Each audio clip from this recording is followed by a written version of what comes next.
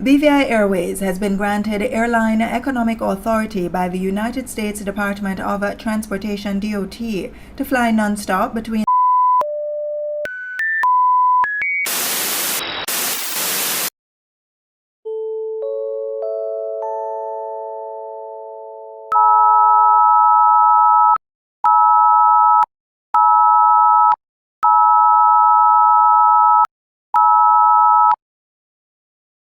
This is not a test.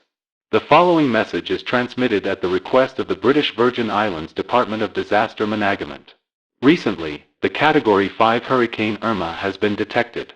This hurricane will produce extremely high wind speeds of up to 190 miles per hour. It is also expected to cause devastation to the regions of Tortola, Virgin Gorda, Anegada, and Jost Van Dyke. Residents in these regions must take action and safety protocols immediately. Find shelter in a sturdy place or in an evacuation center. Bring all necessities such as food, water, medical supplies, and others. Please do not go outside and travel under any circumstances. This concludes this emergency broadcast. More information will be provided soon on radio and television. Stay safe.